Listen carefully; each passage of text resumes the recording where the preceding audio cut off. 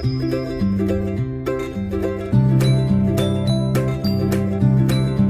everyone, I am a Professor Nilesh Anandwani, owner and lecturer of Anandwani Biology classes.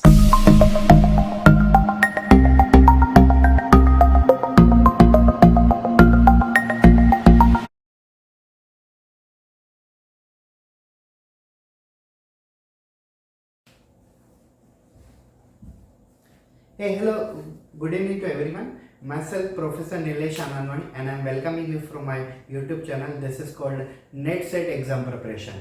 और जैसे आप सभी लोगों को पता है कि मैं मेरी चैनल के ऊपर बायोलॉजी सब्जेक्ट से लाइफ साइंस सब्जेक्ट से रिलेटेड नए नए वीडियो लेके आता हूँ. वो बेसिक से लेके मिडिल से लेके क्रिटिकल से लेके एडवांस बायोलॉजी तक. और मेरे YouTube चैनल पे नेट सेट, नीट, MSCET और जो लोग गेट एग्जामिनेशन LS मतलब लाइफ साइंस सब्जेक्ट में और पेट PhD एंट्रेंस बायोलॉजी सब्जेक्ट में प्रिपरेशन कर रहे हैं, या तो जो कैंडिडेट MSc की एंट्रेंस दे रहे हैं बायोलॉजी सब्जेक्ट में, उन लोगों के लिए काफ़ी वैल्यूएबल है मेरी चैनल. अगर आप मेरे चैनल पर नए हैं तो प्लीज़ सब्सक्राइब कर दीजिए और बेल आइकन दबाना ना भूलिए, ताकि मेरी जब भी नई वीडियो आए आप तक सबसे पहले पहुंचे. ओके, तो गाइज ज़्यादा टाइम वेस्ट न करते हुए आज हम हमारा टॉपिक पे डिस्कस करें. और हमारा टॉपिक जो है वो है व्हाट इज नॉनसेंस कोडन. तो जैसे नॉनसेंस जो शब्द है, यस, वो एक प्रकार के मतलब ये it's not a proper word. जो सोशली अगर देखा जाए तो प्रॉपर वर्ड नहीं. ऐसे ही बायोलॉजी में एक कंसेप्ट आती है नॉनसेंस कोडन. तो नॉनसेंस कोडन क्या होते हैं? एक्चुअली नॉनसेंस कोडन अगर हम देखें तो nonsense codon have another name also. Nonsense codon have another name also. So generally nonsense codons are also called you can say stop codon or you can say termination codon. तो इनके दो नाम आते हैं, एक्चुअली तीन नाम हो गए. nonsense codons are also known as a termination codon. तो पहले तो ये चीज देखते हैं कि nonsense codon termination होते क्या हैं. Actually, those students are already from the biology subject. They can understand this topic very easily. But those who are not from biology subject, तो उन लोगों के लिए थोड़ा टेक्निकली ये इजी नहीं होगा. लेकिन मैं अपनी तरफ से पूरी कोशिश करूंगा कि मैं आपको भी जस्टिफाई करूं कि नॉनसेंस कोडन क्या होते हैं. ठीक है, अब मैं आपको एक एग्जांपल देता हूं.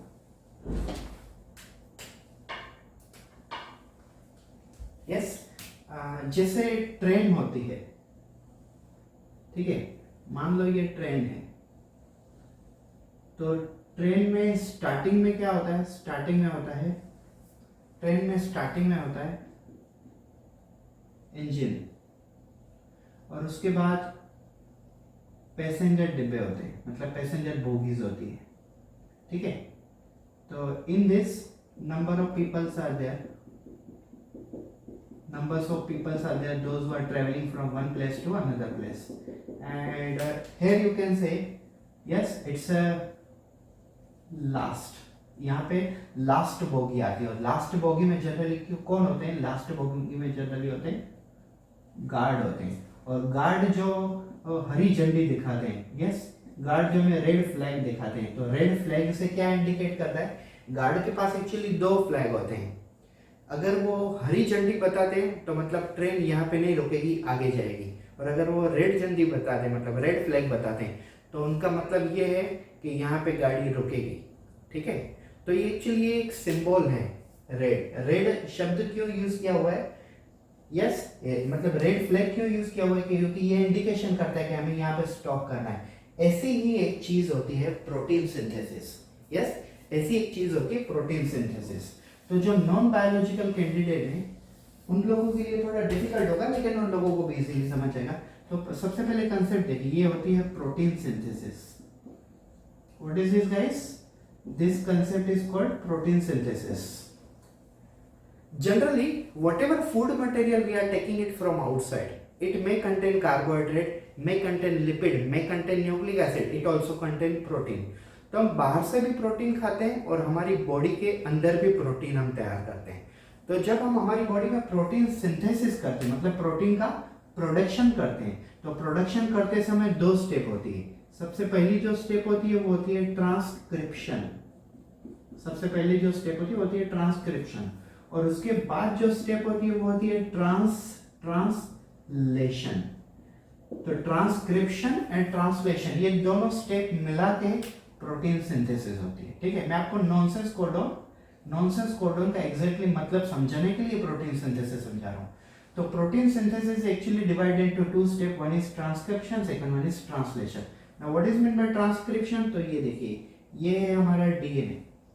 ठीक है, तो हमें जो प्रोटीन बनाना होता है फ्यूचर में, उस प्रोटीन की जो जेनेटिक कोड और एक स्पेसिफिक कोड लैंग्वेज होती है, वो इंफॉर्मेशन होती है डीएनए के ऊपर, और वो इंफॉर्मेशन को हम कहते हैं codogen. Yes, that information is called codogen. So information in the form of genetic code present in the DNA is known as a कोडोजन। फिर डीएनए क्या करते हैं? डीएनए अपनी बॉडी में से, अपने सेंटर में से एमआरएनए प्रोड्यूस करते हैं। ठीक है, तो डीएनए ने ये एमआरएनए प्रोड्यूस किया, तो ये देखिए ये है एमआरएनए। और एमआरएनए के अंदर क्या होते हैं? एमआरएनए के अंदर क्या होते हैं? एमआरएनए के अंदर स्पेसिफिक कोड लैंग्वेज होती है, और उस कोड लैंग्वेज को हम कहते हैं कोडोन। क्या कहते हैं उसे? Codon. DNA have a specific code language, this is called as a codogen. mRNA have a specific code language, this is called as a codon. और tRNA के ऊपर एक अपोजिट लैंग्वेज होती है, उसे हम बोलते हैं एंटीकोडन, वो भी हम देखेंगे बाद में। तो mRNA के ऊपर दिस इज mRNA मॉलिक्यूल।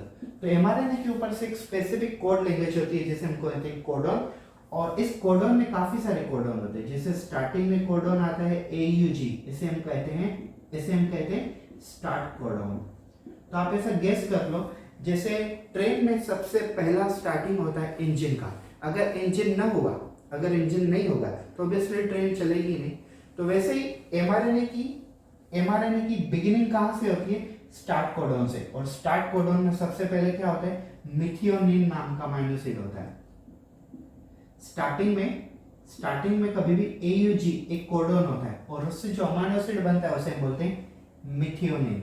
उसके बाद काफी सारे कोडोन आते हैं, मान लो AUC, फिर UCG, ये तीसरा कोडोन हुआ, UCC, ये फोर्थ कोडोन हुआ। यस, तो ये 4 कोडोन आ गए, इससे 4 अमीनो एसिड बनेंगे।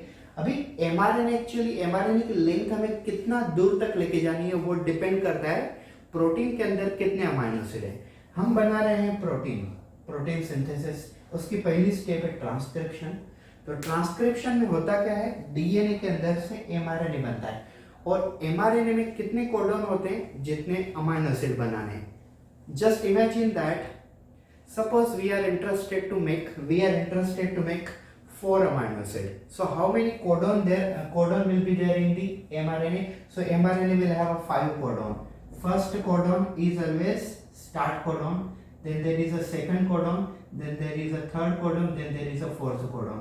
All these codon are called sense codon. Why they are called sense codon? Because इन सभी codon की लैंग्वेज में से एक अमीनो एसिड बनेगा। AUG में से मिथियोनिन अमीनो एसिड बनेगा, तो इसमें से XYZ अमीनो एसिड बनेगा। हम एग्जांपल लेते हैं, इसमें से AUG बना, इसमें से वेलिन, इसमें से ग्लाइसिन, इसमें अर्जिनिन, ये 4 अमीनो एसिड बन गए। अभी हमें 4 ही अमीनो एसिड का प्रोटीन बना था, तो इसके लिए हमें यहाँ पे स्टॉक करना पड़ेगा। तो स्टॉक करने के लिए हम किसे यूज करेंगे? हम यूज करेंगे स्टॉप कोडन को। किसे यूज करेंगे? स्टॉप कोडन को। और स्टॉप कोडन को ही हम क्या कहते हैं? हम कहते हैं उसे टर्मिनेशन कोडन। क्यों इसे टर्मिनेशन कहते हैं? क्योंकि टर्मिनेशन का मतलब क्या होता है? टर्मिनेशन का मतलब होता है स्टॉप करना, और सिंपली ऊपर भी हमने लिखा स्टॉप कोडन। तो ये है नॉनसेंस कोडन। नॉनसेंस कोडन मतलब सेंस कोडन वो कोडन होते हैं जिसकी कोड लैंग्वेज में से अमीनो एसिड बनता है, और नॉनसेंस कोडन वो कोडन होता है जिसकी कोड लैंग्वेज में से कोई भी अमीनो एसिड नहीं बनता है। इसके लिए हम उसे बोलते हैं नॉनसेंस कोडन। यस, लेकिन आजकल 2 नए अमीनो एसिड आए हुए हैं। एक अमीनो एसिड है सिलेनोसिस्टीन, और एक अमीनो एसिड होता है पायरोलाइसिन। और इन दोनों के जो कोड हैं वो नॉनसेंस कोडन है, लेकिन फिर भी उनमें से अमीनो एसिड बनते हैं। तो उसके बारे में मैं और नया वीडियो बनाऊंगा सिलेनोसिस्टीन, पायरोलाइसिन के बारे में।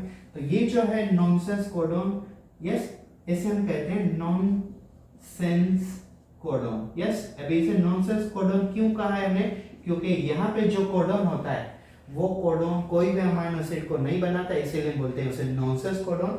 ऐसे ही हम स्टॉप कोडॉन क्यों कहते हैं, क्योंकि यहाँ पे एमआरएनए की प्रोसेस रुक जाती है। ऐसे ही हम टर्मिनेशन कोडॉन क्यों कहते हैं, बिकॉज टर्मिनेशन करना मतलब स्टॉप करना।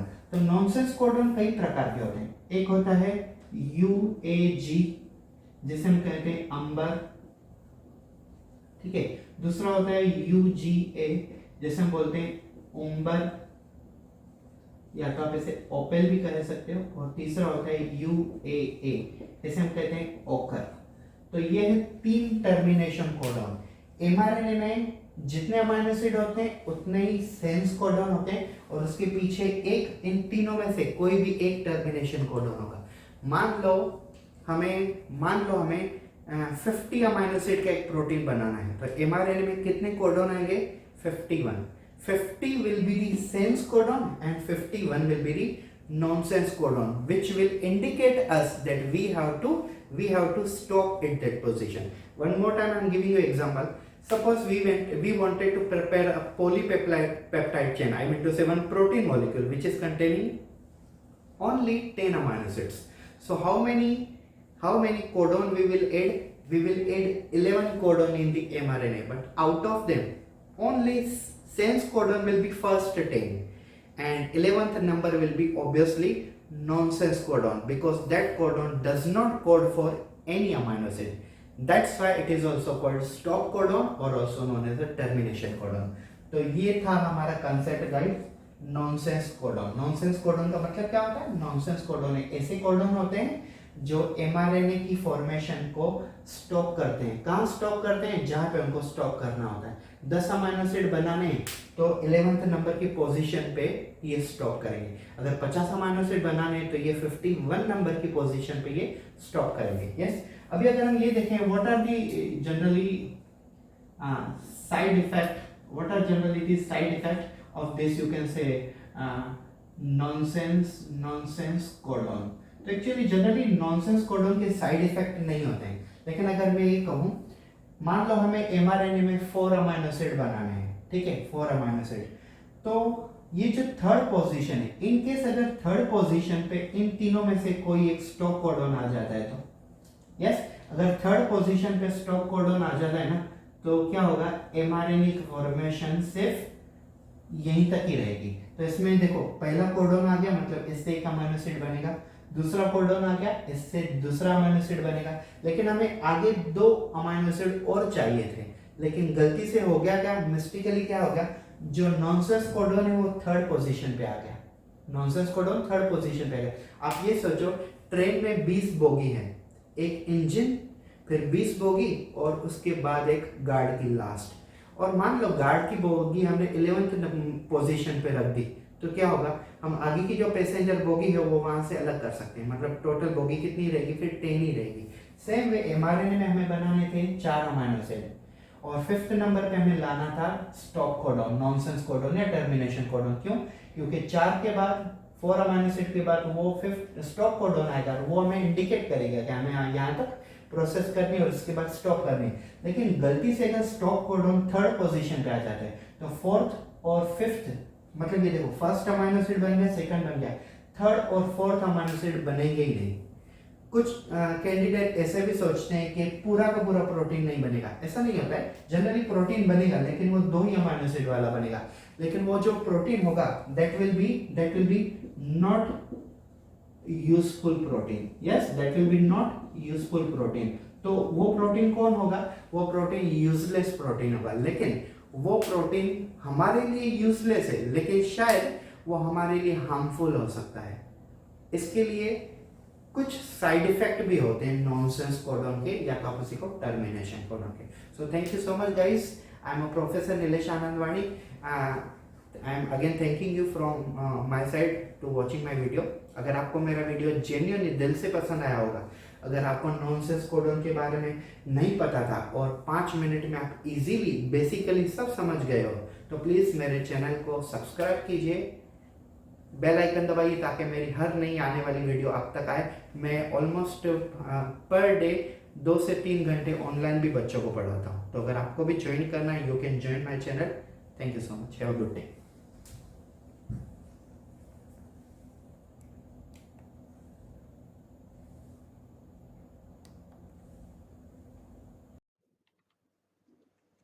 Hello everyone, myself Professor Nilesh Anandwani.